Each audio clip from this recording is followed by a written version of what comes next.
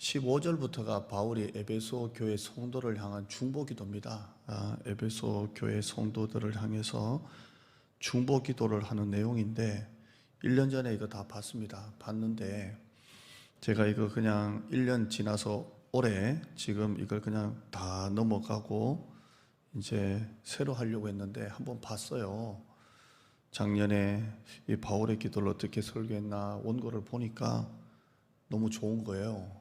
왜 좋냐면 잘해서 좋다기보다 올해 1년이 지나서 연초에 들어도 좋겠다 이런 생각이 들었습니다. 그래서 그 설교에 한 30% 정도 보수공사하고 이렇게 새로 1년이 지난 오늘 이 수요예배 때 몇 주 동안 이 바울의 기도 작년 딱 1년입니다. 1년 전에 했던 걸 좀 보충할 거 보충하고 또 지금 맞게 이렇게 설교를 원고를 해서 여러분에게 설교를 좀 하겠습니다.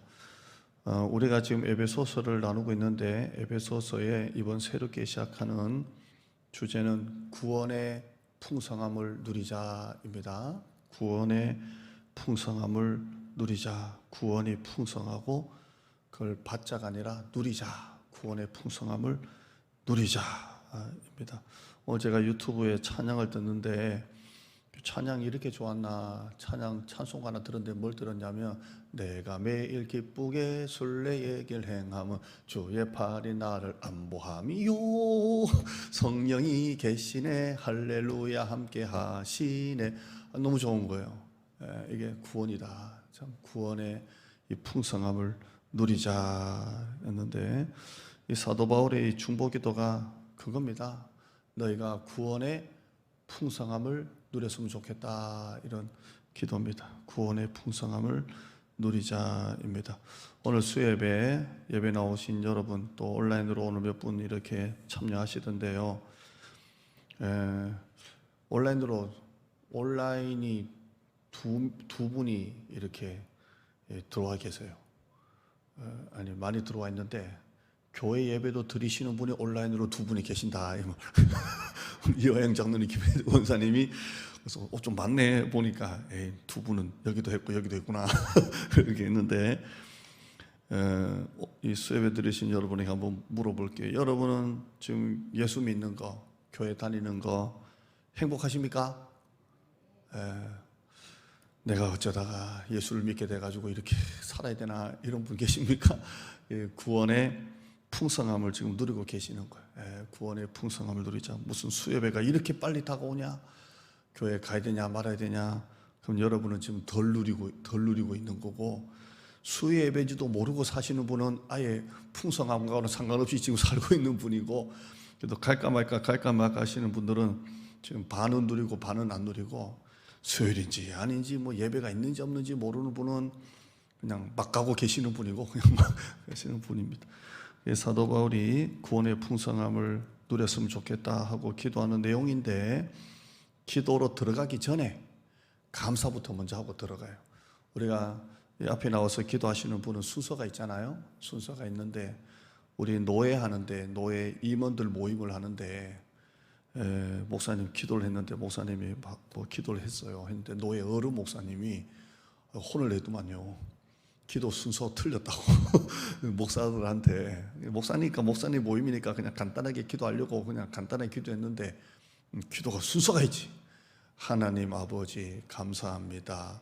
회개, 간구, 뭐 예수님 이름으로 5개인데 회개 안 하고 했다고 혼을 내더만요. 내는데 하나님 아버지 감사합니다. 하나님 아버지 기도를 받으시는 대상 하나님 아버지, 그 다음에 감사합니다. 감사의 내용, 그리고 회개, 간구, 예수님의 이름으로 기도합니다. 이렇게 끝나잖아요. 사도 바울도 이 기도를 할 때 이 감사를 먼저 넣었어요. 감사를 넣는 걸 지난번에도 잠깐 봤지만 16절에 내가 기도할 때에 기억하고 너희들을 기억하고 너희로 말미암아 감사가 그치지 않는다. 감사하다. 목사가 장로님을 생각하면서 참 감사하다. 권사님, 만수 집사님 생각하면서 감사하다. 지난 주일날 점심 먹고 오니까 그 수도 터졌는 걸 서집사님 고치고 갔더라고요. 예. 아주 말없이 싹 가셨는데 물이 안 새고, 예, 참 감사하다 그러는데요. 이 감사가 그치지 아니하고, 그럼 여러분에게 적용할게요. 여러분은 교회를 생각하면서 감사하기를 그치지 않고 있습니까? 아, 우리 교회 참 감사하다. 내가 우리 가나동북에 나온 게 너무 감사하다. 또 여러분은 장로님을 생각하면서 감사하기를 그치지 않습니까? 아유, 뭐 저런 게 장로라고 그러면 안 돼요. 아주 교회가 망하는 교회가 다 그런 교회고, 아유, 장로님 너무 좋으셔. 참 장로님 좋아. 여러분, 목사님을 생각하면서 감사합니까? 아유, 참 저런 부목사가 와가지고 그러면 여러분 복 못 받아요. 우리 교회는 한 명도 없어요. 그러죠? 한 명도 없어. 제가 여러분이 말 안 해도 알아요. 눈빛만 보면 알잖아요. 여러분은 목회자를 생각하며 감사하고, 부목사님 놓고 너무 감사하고, 목사님은 성도들, 장로님 여러분 놓고 감사하고, 얼마나 감사해요. 감사하죠? 제가 어제 주연이 어제 고기를 사줬어요. 고기를 사줘가지고 주연이가 답장이 왔어요. 고기 사줘서 감사합니다. 예, 감사합니다. 저녁을 맛있게 먹고, 야, 주연아 어제 너무 많이 먹어가지고 나 오늘 죽는 줄 알았다. 자, 예, 감사인데요. 자, 왜 감사하냐? 15절에 보시면 너희 믿음과 사랑이 너무 감사하다입니다. 15절 읽어보시죠. 시작. 이로 말미암아 주 예수 안에서 너희 믿음과 모든 성도를 향한 사랑을 내가 듣고 내가 기도할 때에 기억하고 너희로 말미암아 감사하다, 이렇게 말합니다. 너희의 믿음이 너무 감사하고 성도를 향한 사랑을 보니까 너무 감사하다, 그런 내용입니다. 오늘 설교 제목이 그래서 믿음과 사랑입니다. 믿음과 사랑에 대해서 여러분에게 설교를 좀 하려고 합니다. 에베소 교회는 믿음도 사랑도 가득한 교회입니다. 믿음과 사랑이 가득한 교회입니다. 제가 목포에서 목회할 때 이쪽 벽에는 전도 붙여놓고 이쪽 벽에는 기도 이렇게 붙여놓고 목회를 한 적이 있어요. 교회를 이제 건축을 했잖아요. 건축하고 여기다가 글자를 박았어요. 전도, 여기는 기도 이렇게 박고 목회를 했는데, 지금 박으면 믿음, 사랑 이렇게 딱 믿음, 사랑 이렇게 되는데요. 믿음은 하나님과의 관계성이죠. 사랑은 여기도 마찬가지지만 모든 성도를 향한 사랑, 사랑은 지체들 간의 관계성이죠. 화면 한번 볼까요? 믿음은 하나님과의 관계고 사랑은 성도, 지체들 간의 관계입니다. 그래서 믿음, 사랑. 에베소 교회는 믿음도 좋았고 사랑도 넘쳤다. 우리 교회 같죠? 네, 우리 교회 같아요. 믿음도 좋고 사랑도 많다입니다. 믿음과 사랑은 분리할 수 없습니다. 바늘과 실과 같은 거죠. 갈라디아서 5장 6절에 그리스도 예수 안에서는 할례나 무할례나 다 효력이 없지만 예수 안에서 할례 받은 사람이나 안 받은 사람이나 그게 뭔 소용이냐는 거예요. 효력이 없되 사랑으로서 역사하는 믿음뿐이니라. 바울이 갈라디아 교회에 편지를 쓰면서 사랑과 믿음을 분리를 안 했어요. 사랑으로 역사하는 믿음이라 이렇게 해서 합쳤습니다. 하나님을 향한 믿음이 이웃을 향한 사랑으로 넘어가는 거예요. 하나님을 향한 믿음이 이웃을 향한 사랑, 지체를 향한 사랑으로 이어지는 겁니다. 믿음을 너무 강조하면 사랑이 부족할 수 있고, 사랑을 너무 강조하면 믿음이 부족해질 수도 있어요. 그러니까 믿음과 사랑이 균형을 이루어야 돼요. 이건 교회에서도 흔히 볼 수 있는 거예요. 자, 성도들 중에 믿음은 너무 뜨거운데 막 은사도 받고 방언도 하시고 믿음은 뜨거운데 사랑이 없는 분이 있어요. 이분 때문에 사람들이 상처받고, 이분 때문에 교회를 떠나기도 하고, 자기 사람 만들고, 또 목사님도 막 힘들게 하고, 그런 분이 있잖아요. 믿음은 좋은데 막 은사도 받고 랄랄랄랄랄 뭐 이런 것도 하고 하는데 이분 때문에 교회가 상처받고 목사님이 힘들어하는 일이 있어요. 있죠? 있습니다. 있고요. 사랑이 없는 성도, 한번 이게 마음에 뭔가 탁 이게 오면 평생 원수로, 평생 용서할 줄 모르고, 믿음은 좋은데 이렇게 용서할 줄 모르고 이런 분이 있죠. 상처 주고 갈등을 주고. 이분들은 믿음은 좋은데 사랑이 없는 분이 있어요. 반면에 사랑은 많은데 믿음이 없는 분이 있어요. 사랑은 많아요. 근데 믿음이 없어. 믿음이 없어요. 그러니까 늘 그 입술을 보면 부정적인 말을 해요. 안 된다, 힘들다, 못한다, 어렵다, 불가능하다, 다 해봤다, 해도 안 된다. 사랑은 많은데 믿음이 없는 분이 있어요. 그러죠. 기도를 안 하니까 믿음이 안 나오죠. 믿음이 안 나오니까 믿음의 말을 안 하는 거예요. 사랑은 많은데 기도를 안 하고 그런 분이 있습니다. 그러니까 믿음도 좋고 사랑도 많고, 오늘 수협에 나온 여러분이 다 그런 분인 줄 믿습니다. 뜨끔하죠? 그 말 들으니까. 자, 믿음도 좋고 사랑도 많습니다. 믿음으로 구원받습니까? 행함으로 구원받습니까? 아니죠.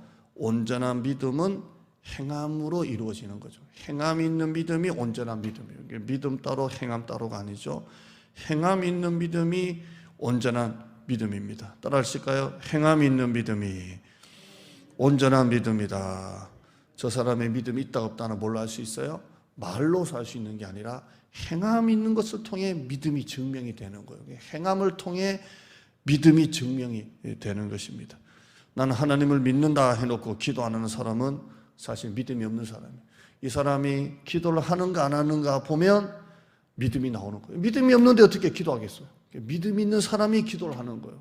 기도는 그 사람이 믿음이 있는가 없는가를 알 수 있는 게 기도예요.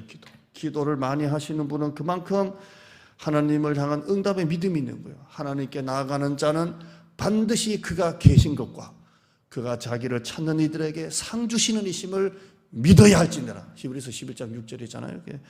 믿음은 기도로 증명이 되듯이 사랑도 마찬가지예요. 그분의 사랑은 믿음으로 증명되고 믿음은 사랑으로 증명이 되는 겁니다. 야고보서 1장 27절에 하나님 아버지 앞에서 정결하고 더러움이 없는 경건은 고아와 과부를 그 환난 중에 돌보고 또 자기를 지켜 새 속에 물들지 아니하는 그것이라. 이게 경건이라고 말하죠. 야고보서는 어려운 이웃을 환난 중에 돌보는 게 경건이라고 말하고 있습니다. 이게 행함 있는 믿음이죠. 사랑의 사도 요한일서 4장 7절부터 한번 읽어보실까요? 시작. 사랑하는 자들아, 우리가 서로 사랑하자. 사랑은 하나님께 속한 것이니 사랑하는 자마다 하나님으로부터 나서 하나님을 알고 사랑하지 아니하는 자는 하나님을 알지 못하나니 이는 하나님은 넘기지 마세요. 자, 보세요. 하나님을 사랑한다고 해놓고 하나님을 안다고 해놓고 사랑하지 않는 자는 진짜 하나님을 사랑하는 게 아니라고 말하고 있어요. 하나님을 사랑하는 마음이 이웃을 향한 사랑으로 가는 거예요. 근데 우리가 하나님을 사랑하지 아니하는 자는 하나님을 알지 못한다, 이 말은 뭐냐면 하나님을 안다고 입으로는 얘기하는데 사랑을 안 한다. 그럼 이건 알지 못한다는 거예요. 이는 하나님은 사랑이심이라. 요한일서 5장 2절에 우리가 하나님을 사랑하고 그의 계명들을 지킬 때에 이로써 우리가 하나님의 자녀를 사랑하는 줄을 아느니라. 11절에요. 사랑하는 자들아, 하나님이 이같이 우리를 사랑하셨은즉 우리도 서로 사랑하는 것이, 하나님이 우리를 사랑하셨기 때문에 우리도 사랑받은 사람으로서 서로 사랑하는 것이 마땅하도다. 서로 사랑하는 것이 마땅하다. 한 번 원수 평생 원수, 이건 참 크게 잘못됐어요. 우리도 서로 사랑하는 것이 마땅하도다. 어제 내가 그분한테 좀 서운하고 그래도 어떡하겠어요? 같이 천국 가야 되는데 또 하고. 요한일서 4장 12절에요. 시작. 어느 때나 하나님을 본 사람이 없으되 만일 우리가 서로 사랑하면 하나님이 우리 안에 거하시고 그의 사랑이 우리 안에 온전히 이루어. 하나님을 본 사람이 없죠. 그러나 우리가 서로 사랑하면 하나님이 우리 안에 거하시는 것이, 하나님의 사랑이 우리 안에 이루어지는 것을 볼 수 있다는 거예요. 관악 동부교회가 우리가 계속 사랑하면 우리 교회 주변의 사람들이 야, 관악 동부교회 성도들을 보니까 하나님이 살아계시긴 하네, 이렇게 되는 거예요. 반면에 교회가 막 싸우고 막 쫓아내고 막 난리가 나고 막 서로 목사님 파, 장로님 파, 막 이렇게 막 원로 목사님 파, 후임 목사님 파, 막 이렇게 붙어버리면 교회는 아작이 나요. 아작이 나요. 이거는 한 50년이 지나도 회복이 불가능한 거예요. 왜냐하면 우리 교회만 아니라 우리가 똑같이 보는 시각으로 주변의 교회를 봐요. 야, 저 교회가 그런 일을 겪었다라고 하면 그 일이 겪은 지가 벌써 20년 전인데도 우리의 인식은 저 교회는 저런 교회다라고 딱 찍혀버렸어요. 맞아요. 한번 보라고요. 우리 여기 사거리에 저 큰 교회, 제가 봉천동에 부모 살 때만 해도 5,000명이 모였잖아요. 5,000명, 4,500명 모였던 교회. 통합 측인가요? 총회장도 나왔던 교회. 지금 200명도 안 남았어요. 200명도. 한 번 교회가 그냥 팍살이 나니까 지금도 사람들이 저기 안 가는 거예요. 교회는 어마어마하게 크잖아요. 어마어마하게 커도 그만큼 회복이 어려운 거예요. 그만큼 회복이 어려운 거예요. 그러니까 우리가 자꾸 또 사랑하고 또 사랑하고 또 사랑하고 또 사랑하면 이게 이제 언젠가는 회복이 돼서 사람들이 야, 관악동부교회가 진짜 이제 서로 사랑하는 거 보니까 하나님이 살아계시긴 하다, 이렇게 돼야 돼요. 아멘. 제가 이제 6대로 왔잖아요. 6대로 와서 우리가 계속 이 분위기를 만드는 거예요. 계속 만드는 것입니다. 한국교회 트렌드 70년대부터 제가 소개를 해드리겠습니다. 저는 91년도부터 2022년 오늘까지 30년을 현장에서 부교육자 담임 목사에 있었기 때문에 공부로 배운 게 아니라 한국교회 트렌드를 좀 소개를 할게요. 처음에 70년대부터 90년대까지 한국교회가 은사 중심이었습니다. 은사 중심. 불 받아라, 믿습니다, 주여 삼창, 방언, 신유, 은사, 치유, 부흥회, 이렇게 은사 중심으로 한국교회가 확 일어났습니다. 이게 70년대부터 90년대. 70년대 그 전에는 저는 모르겠고 그건 이제 책을 봐야 알고 이건 실제 현장에서 겪은 겁니다. 지금 우리가 방언, 은사, 체험, 예언, 뭐 집회, 치유 그러면 좀 신비주의로 좀 이상하다 이렇게 보지만 이거 다 성경에 있는 사건입니다. 성경에 다 있는 사건이고 하나님이 방언도 주시고 은사도 주시고 예언케 하시고 체험케 하시고 이거 다 있는 이야기입니다. 병도 떠나가고 귀신도 떠나가고 이건 하나님이 주시는 거죠. 하나님이 왜 70년대부터 90년대까지 이런 은사를 주셨을까? 이런 영적 체험을 주시고 이런 환상을 보여주시고 오순절 운동이 막 일어나고 막 그랬잖아요. 그때 왜냐하면 한국교회가 그만큼 희망이 없었어요. 희망이 없고 다 빛을 잃었기 때문에 하나님께서 특별한 은사를 주셨어요. 특별한 은사를 주셨어요. 왜냐하면 너무 무너져 있었기 때문에 한국교회가 이 나라 이 민족이 다 무너져 있기 때문에 그때 박정희가 뭐 새마을운동하고 경부고속도로 까니 뭐 이런 시대에 하나님이 특별한 불을 주신 거예요. 특별한 불을. 그래서 한국교회가 급성장을 했습니다. 확 일어나고 그때 부흥회하고 기도원이 막 일어나고 막 그랬습니다. 그런데 이게 이제 너무 가다 보니까 균형을 잃어버리고 무분별한 은사 운동이 막 일어났어요. 무분별하게. 여러분 그 한국의 대표적인 목사님들 부흥회 많이 하셨던 목사님들이 이 부흥회를 할 때 좀 이렇게 좀 신비스럽게 하지 않습니까? 막 이러고 막 또 기도원에 가면 목사님이 이렇게 신문지 같은 거 들고 가가지고 그 요 가에 앉은 분도 있잖아요. 그럼 머리를 통통통통통통 불 받아라 불 받아라 불 받아라 불 받아라. 그러면 머리 맞으면서 아멘 아멘 아멘 아멘 뭐 이런 시대가 있었잖아요. 이렇게 무분별하게 그러고 막 목사님은 주의 사자 틀린 말도 아니지만 또 다 맞는 말도 아닌 주의 사자다 이래가지고 막 한 적이 있습니다. 이게 한국교회가 은사운동에 대한 반감이 된 거예요. 이게 틀린 게 아닌데 너무 무분별하게 이렇게 되면서 또 목회자의 어떤 권위를 세우는데 이렇게 되면서 성령의 너무나 위대하고 귀중한 사역들이 신비주의니 또 좀 이렇게 좀 수준 있게 신사도 운동이니 이러면서 이게 완전히 이게 그 의미가 본질이 바뀌어 버리게 됐어요. 이건 특별한 하나님의 은혜예요. 여러분 방언을 체험해 보세요. 하나님의 환상을 주시고 예언을 주시고 기도할 때 귀신이 떠나가고 병이 고치고 이게 성경에 있는 사건이에요. 근데 이게 너무 신비주의나 신사도 운동 같이 됐습니다. 또 이게 문제가 뭐냐면 문제라기보다 뜨거운데 끝나면 좀 허전해요.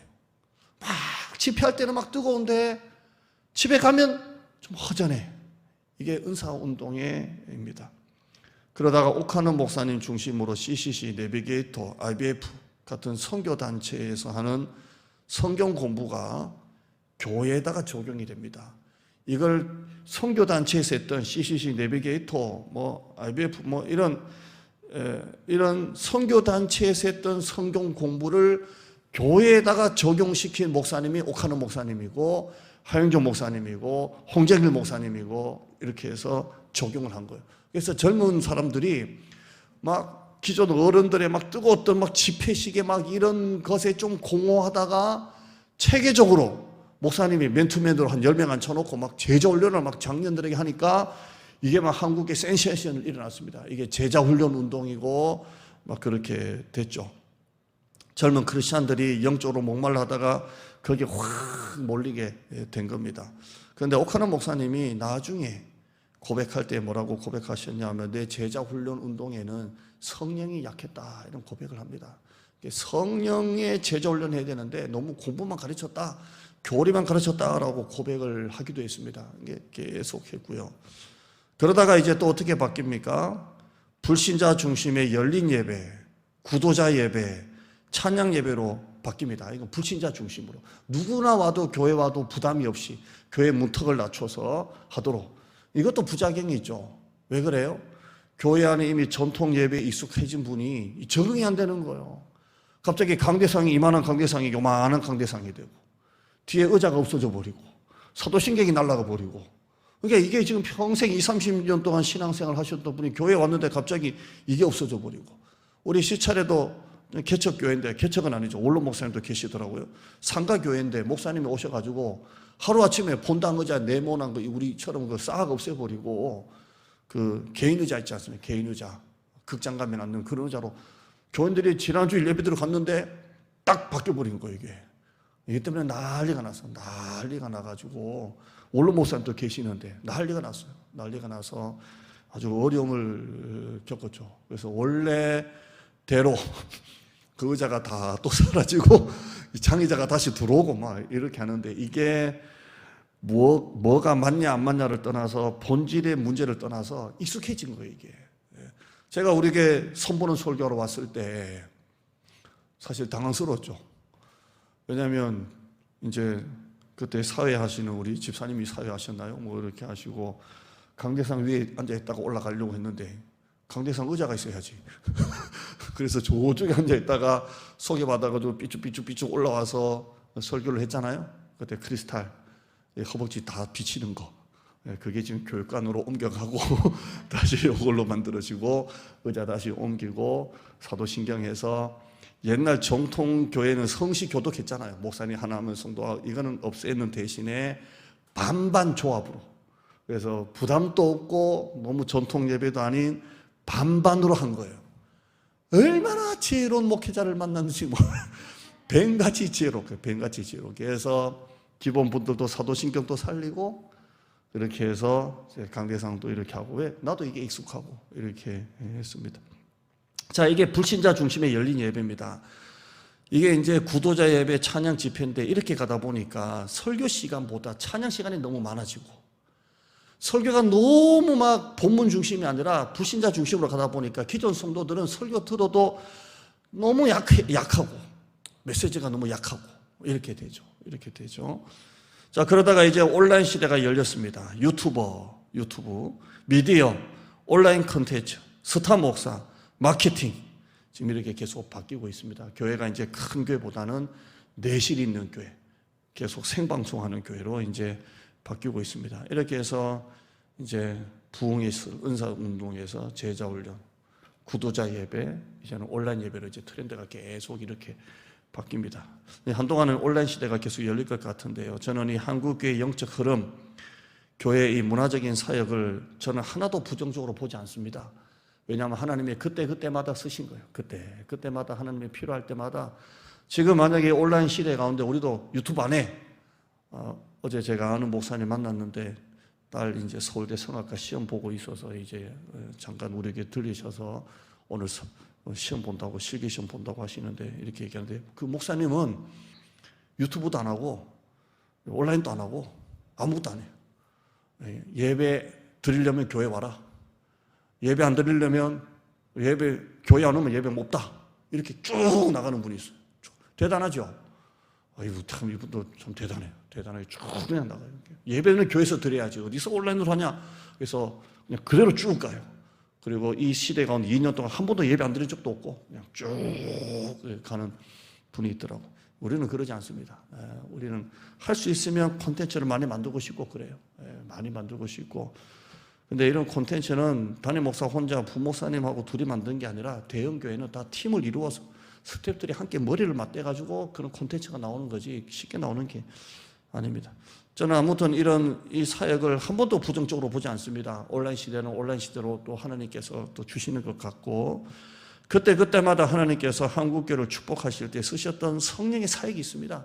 그 사역대로 우리는 흘러가면 되는 거예요. 지금 이 유튜브 온라인 시대가 있으니까 우리 성도들이 새벽 기도를 드리지 않습니까? 나는 이게 진짜 축복이라고 생각해요. 진짜 축복이라고 생각해요. 아니, 우리 권사님, 부천에 계신 권사님이 새벽 기도를 함께 하잖아요. 우리 김상미 권사님 저 멀리 이사 가셨는데 거기서도 새벽 기도 할 수 있고, 이게 얼마나, 우리 파주에 있는 장로님도 새벽 기도 할 수 있고, 그러니까 너무 축복이라고 봅니다. 이런 트렌드 가운데 한국교회가 가장 중요한 거 하나 잃어버렸습니다. 그게 뭐냐면 성숙입니다. 성숙입니다. 죽어서 가는 천국은 강조했는데 이 삶 속에서의 천국을 강조 안 하지 않았어요. 이 삶 속에서 사랑과 섬김과 실천을 통해 이 세상의 삶이 천국이라는 것을 강조 안 했어요.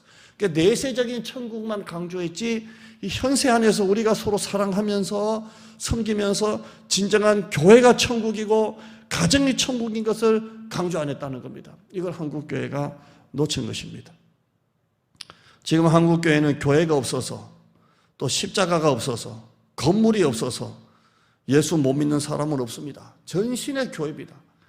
우리 교회 주변만 해도, 이 도로변에만 교회 보면 교회가 없는 것 같아도, 우리 교회처럼 조금만 들어가면 우리 교회만한 교회가 이 근방 반경 3km 안에 한 30개가 있더라고요.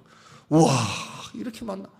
너무너무 많아. 우리 교회 규모만한 교회가 이 반경 3km 안에 30개가 넘어요. 와, 개척교회도 아니고. 전신의 십자가고 교회입니다. 찬송도 있고 십자가도 있고 종탑도 있습니다. 우리 교회 종탑은 십자가가 7개입니다. 원로 목사님 7개, 우리 교회 종탑에. 그런데 밤에 불 하나도 못 켭니다.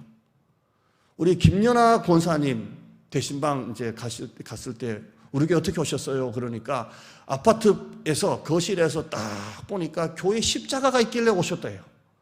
근데 지금은 우리 교회 7개 십자가가 있고 거기 불이 다 들어올 수 있는데 불을 못 켭니다. 왜 못 켜는지 아세요?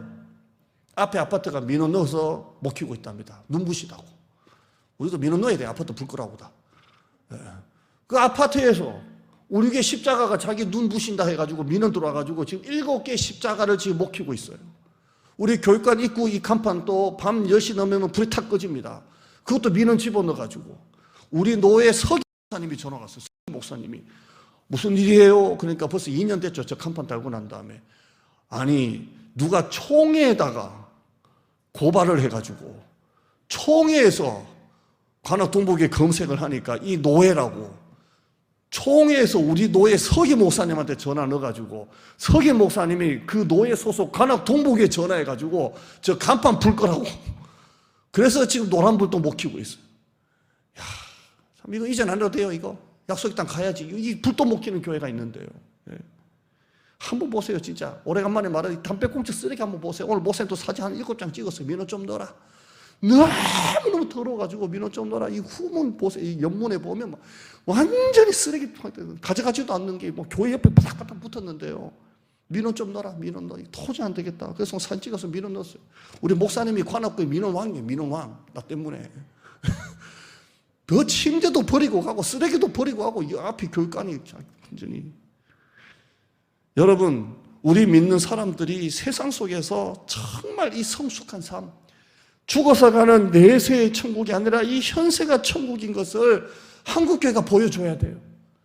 코로나로 예배 드리는 것만으로도 지탄을 받고 교회 불 킨 것만으로도 민원 들어오는 이 세상 가운데 한국교회가 진짜 회복해야 될 것은 어떤 능력이나 은사도 있겠지만 그러나 교회가 이 세상의 빛과 소금을 잃어버렸어요. 마태복음 5장 14절에 너희는 세상의 빛이라. 산 위에 있는 동네가 숨겨지지 못할 것이요 사람이 등불을 켜서 밑에 두지 아니하고 위에 두나니 이러므로 집안 모든 사람에게 비치느니라. 이같이 너희 빛이 등정처럼 사람 앞에 비치게 하여 그들로 너희 착한 행실을 보고 하늘에 계신 너희 아버지께 영광을 돌리게 하라. 이렇게 말하고 있습니다. 이게 바로 믿음과 사랑이에요. 오늘 설교하는 믿음과 사랑. 믿음과 사랑은 두 가지가 따로가 아닙니다. 믿음만 강조해도 교회가 사랑이 없어지고 사랑만 강조해도 교회가 믿음이 없어져서 건강하지 못합니다. 믿음은 믿음에도 헌신해야 되고 믿는 만큼 행동하고 사랑하는 성도가 되어야 됩니다. 결론 읽고 마치죠. 한번 읽어보시죠. 시작. 온전한 믿음은 사랑과 섬김으로 이어지고 사랑과 섬김은 온전한 믿음에서부터 나오는 줄 믿습니다.